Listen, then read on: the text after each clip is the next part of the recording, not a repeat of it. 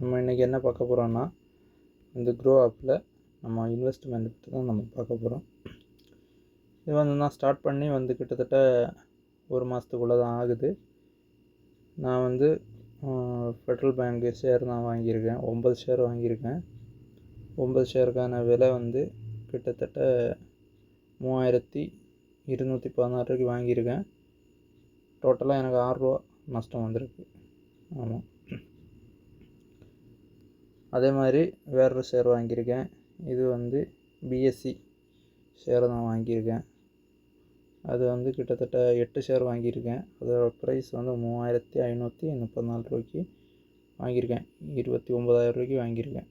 சரியா, எனக்கு மார்க்கெட்டு இப்போ இறங்குறதுனால கிட்டத்தட்ட ₹800 எனக்கு நஷ்டம் இப்போ ஆயிருக்கு. ஆனால் இது அடுத்து மார்க்கெட் ஏறும்போது நமக்கு நல்லதாக போகும். ஒவ்வொரு நாளும் ஒவ்வொரு அப்டேட்டாக நான் உங்களுக்கு முன்னாடி வரேன்.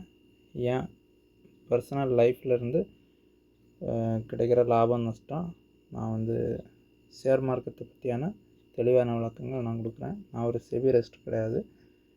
ஒரு கல்வி ரீதியாக என்னோட இன்வெஸ்ட்மெண்ட்டை நான் சொல்லிக் கொடுக்குறேன். சரியா? ஓகே, அப்போ ஃபாலோ பண்ணுங்கள். தேங்க்யூ.